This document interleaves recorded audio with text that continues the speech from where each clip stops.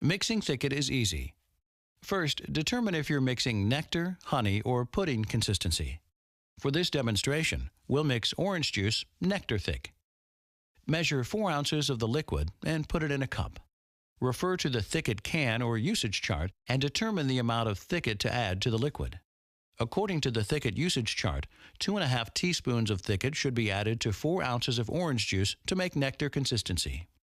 You can use the blue measuring spoon in the thicket can. The smaller end is a teaspoon and the larger end is a tablespoon. Slowly add the thicket to the liquid while stirring briskly with a spoon, fork, or wire whisk. Once the thicket is dissolved, let the thickened liquid stand for at least 1 minute to achieve the desired consistency. If after 1 minute the liquid is not thick enough, you can add more thickener. When adding thicket to milk or a nutritional supplement, allow it to sit for 5 to 10 minutes until the proper consistency is reached.